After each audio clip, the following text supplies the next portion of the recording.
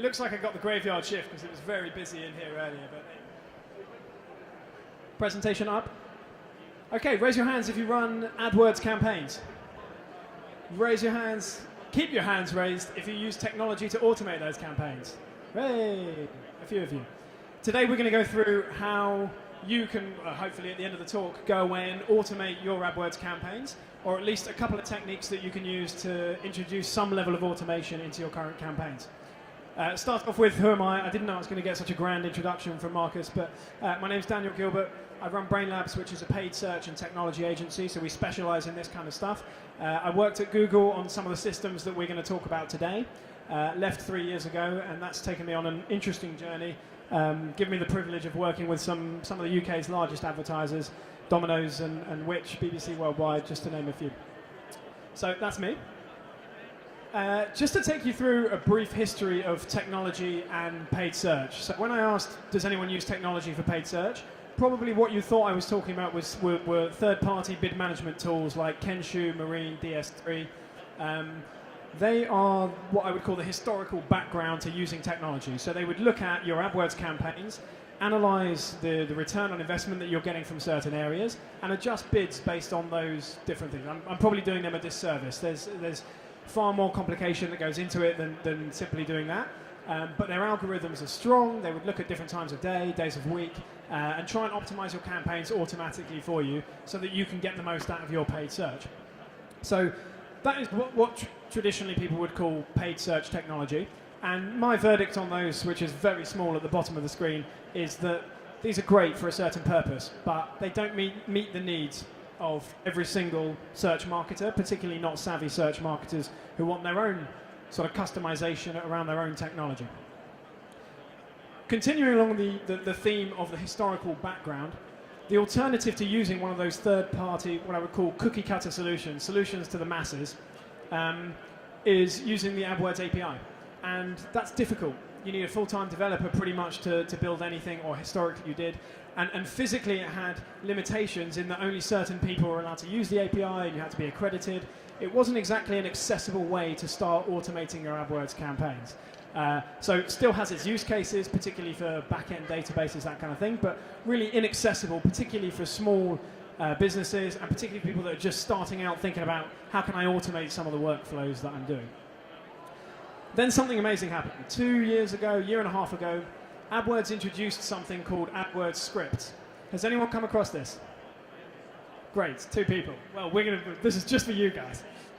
I will introduce you to the concept of AdWords scripts, and that's kind of the aim of this talk, is to give you some examples of how AdWords scripts can be used, how you can get started with them, and obviously how you can take some of the examples I'm going to give you today and use them in your respective businesses. What are AdWords scripts? Well, I'm going to take the official AdWords definition because I wouldn't do it justice myself. AdWords scripts provide a way to programmatically control your data using simple JavaScript in browser-based IDE. You can use scripts to automate common procedures or interact with external data for one-to-many AdWords accounts. So what does that mean? Well, it means that you can write little programs, small programs, to automatically control your AdWords accounts or your paid search marketing. JavaScript, what is it? It's one of the most simple programming languages that you can learn. Everyone at my company knows JavaScript because actually you can pick it up in a day. There's a company called Code Academy, which is definitely the best course that I've seen out there. Note that down to look at later, but you can see how they estimate that the course takes 10 hours. So for a normal person, that's about a day. So you could be learning how to do JavaScript in a day. And I wouldn't say that means everyone here is going to go and be a programmer, but knowing the capabilities of technology to, at least the capabilities, is useful even if you're managing teams, even if you're not writing scripts yourself, so that next time you're doing a repetitive task or you're managing a team that are doing a repetitive task, you can say, okay, did you know that we could maybe automate this? Or you're thinking along the lines of, how can we save time by automating this? Or how can we increase efficiency or drive more sales, that kind of thing. So well worth spending a day in your careers learning how to program JavaScript. It's really quite easy, and the course is quite fun. It's also free, so well worth doing. Codeacademy.com. I haven't got shares in them. So once you know a little bit of JavaScript, I'm not going to go into detail today. This isn't a JavaScript programming course, so I'm not going to get into the specifics of how you actually do JavaScript. But get straight on to AdWords scripts, now that we're assuming we know a little bit of JavaScript, or someone that does. You go into the interface, and there's a button within AdWords. I'm sure you've all been into AdWords before. Underneath the script section of bulk operations, you can create a new script. And that's where the IDE is. That's where the platform is, where you can enter your code and tell AdWords to do certain things. So in here, in this section, you start typing in whatever code you want, telling it to do certain things. We'll come on to examples of what you can do and what you can't do. But this is the theory behind it. You put in your program, miniature program, into an interface like this. You automatically authorize it, which is a major hurdle for some of the API tools that take hours to authorize and have the right kind of OAuth, authentication. Authorize it immediately. Once you've authorized the script once, you never have to do it again. So brilliantly easy. Once it's authorized, the exciting stuff. What can we actually do with it? So we'll start the very basics, and then I'm going to give you some examples of the more complex stuff that we've taken on and that businesses we know have managed to do. Basics reporting. So AdWords reports, typically, particularly in agencies, Monday morning, a few hours here and there. If it's client side, same story, spend the whole of Monday morning reporting. My attitude to that is that you don't need to be doing any reporting manually. If it's the same metrics every single week, which it should be, if it's report rather than analysis, then you need to be automating that. And AdWords scripts is a great way to start doing that. You can pull any data point into a Google Doc, into an external CSV, anything. And any metric that you can see within AdWords can be pulled automatically from the interface as well. So just as an example, these are the ones that Google give of different reports that you can pull. Account summary, which might include things like clicks, impressions, click-through rates, conversions, sales, revenue, that type of thing. Keyword performance, ad performance. Declining ad groups, so where you would expect them to increase have actually declined, and search query reports. The interesting thing about most of these reports is that there's a mail app function that you can use, and we'll give you the code at the end, to send emails to yourself with those reports. So one particular use case where we found this useful is with a client who is quite obsessed with how much they're spending on AdWords and like to know every single hour how much they've outlaid. So we set up a script. The script emails every hour, really basic report that just says, here's what we spent today. And every single hour it churns out an email to the right recipient list that tells them exactly what they're doing and how much they've spent today, how many conversions they've got today, really the basics of it. But can you imagine how much time that would take if they had to go back in manually checking every single time how much they'd spent on that particular day? So hours and worth of saving. And now what you're all really here for, the more advanced stuff. I should probably say all of these are examples of custom tech that we've seen people build or that we've built. This isn't a cookie cutter solution. The point of today's keynote is actually to say, look at these examples. Not all of them will be relevant to your respective businesses, but look at what the capabilities of the technology are and think about how they might apply to your business, and start exploring AdWords scripts and automation to see what else you might be able to do in addition to some of this stuff. We'll start off with a really basic one. URL page, error page checking, which is a really popular one to run via scripts. So on a website, let's take a retail site as an example. Products are changing all the time. Sometimes the microphone doesn't work. Sometimes things go out of stock. Sometimes pages change URLs. Pages don't exist anymore. Everyone knows what 404 page is. So an advertiser's worst nightmare, particularly someone that's spending millions on paid search, is to be paying for clicks that lead to 404 pages. You've paid for a click and it leads someone to an error. So we've paid £1 for this person and now they're at an error page, which means they're most likely to bounce. And you've paid for that traffic for nothing. So a paid search marketer's worst nightmare, essentially. So this little script here, which you can't really see on the screen at all, but take my word for it, will take every landing page that you've got or that you're advertising, and we'll scan all of the landing pages for 404 errors, which you have to customize for your particular website, and redirect, and then tell you automatically if any of those pages have been moved or if they don't exist. Notify you of that again with an email. It could be a notification that comes on your mobile phone, even if you want to sync up with an SMS provider. A really basic one, but highly useful.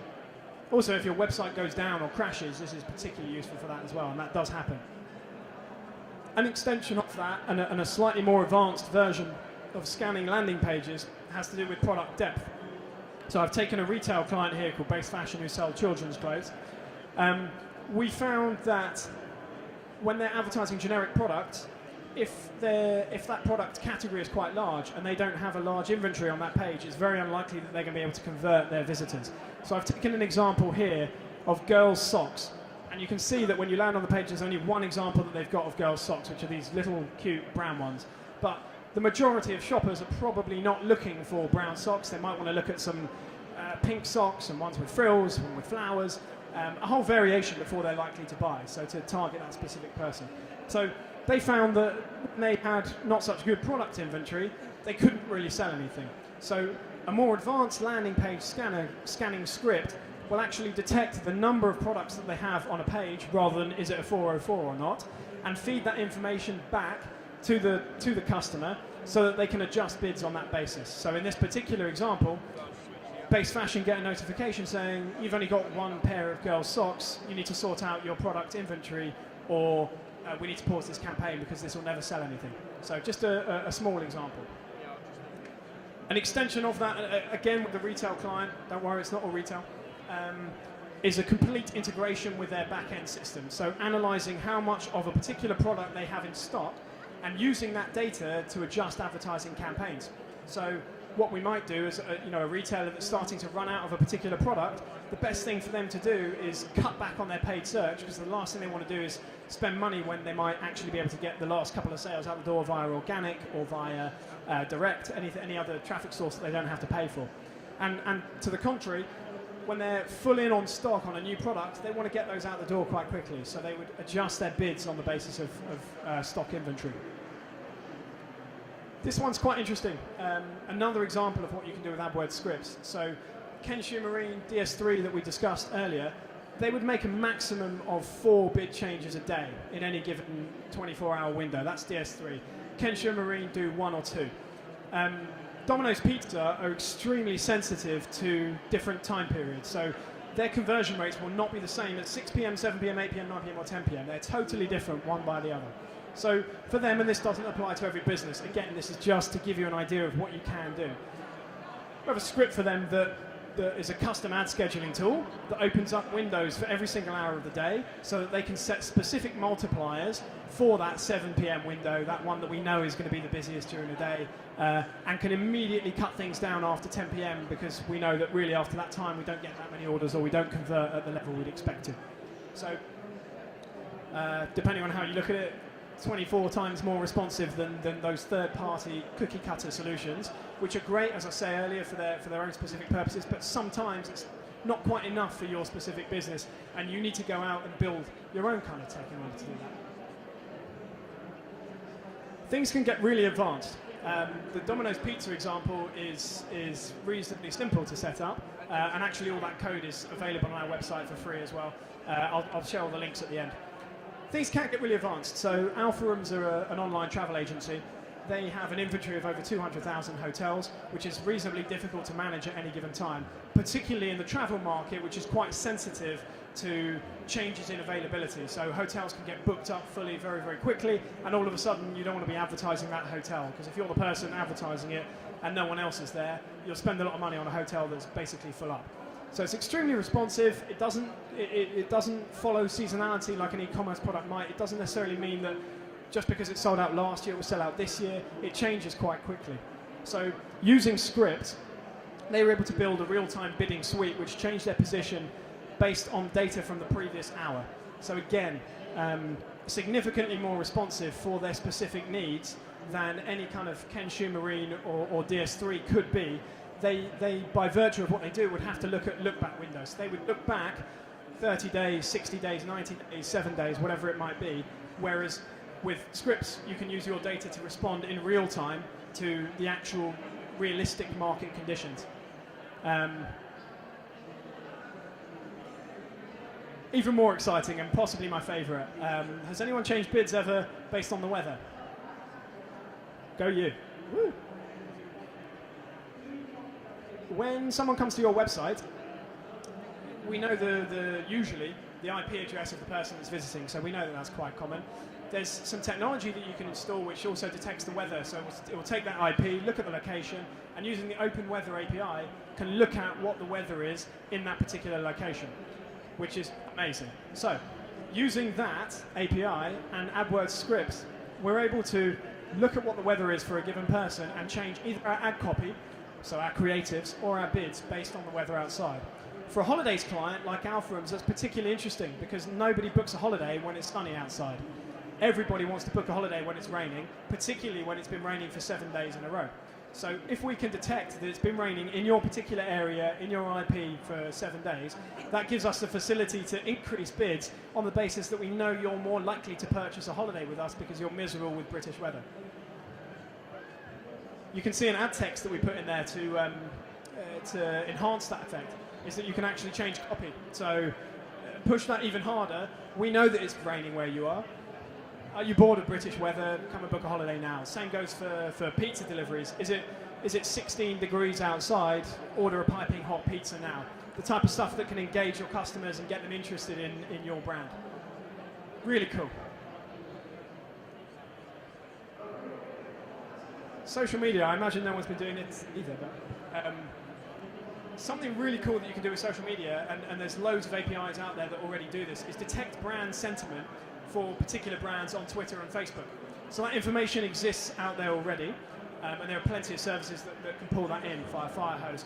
So using scripts, we can plug into those APIs and detect brand sentiment and use that brand sentiment for our paid search campaigns. So as an example of this, which magazine might or have pulled in information from Twitter and Facebook about particular brands, and when they've detected that there's interest rising in a particular brand, they would use that information to go and do new reviews. Everyone knows which magazine, they review product.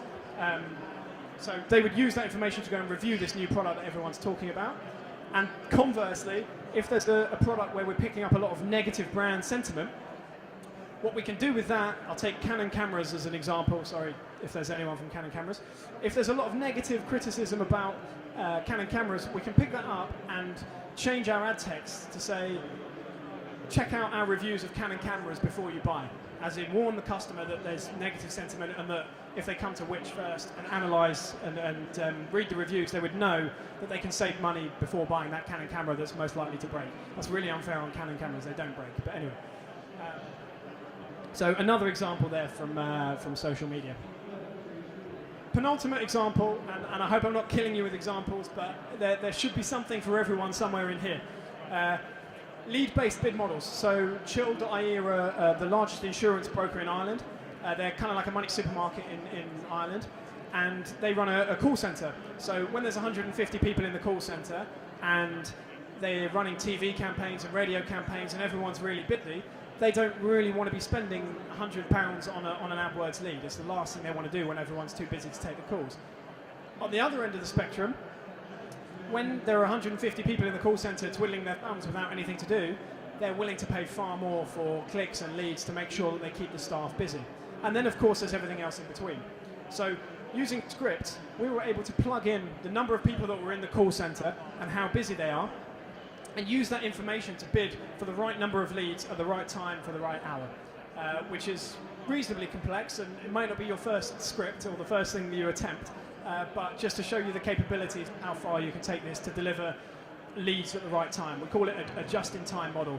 We know that they convert leads immediately if they come up, and if they leave that lead for a certain amount of time, it's almost like a dead lead, they'll never convert it. So a just-in-time type supply. Finally, did anyone hear about the close variant matching from Google? They changed the way that they match keywords. So if you've run campaigns on AdWords historically, you would know that, let's take an example of offices. So you run a campaign on offices, you're saying office space in London, let's say. You would say offices in London. On exact match, what Google calls exact match, you would typically match to offices in London and offices in London only. It wouldn't match you with any other types of queries. Recently, Google decided to reverse that and say, well, we're going to match you to close variants because we want you to get more traffic or we want to take more of your money. Either or. So it would match to things like, or we found, a keyword offices in London might match to something like Office in London.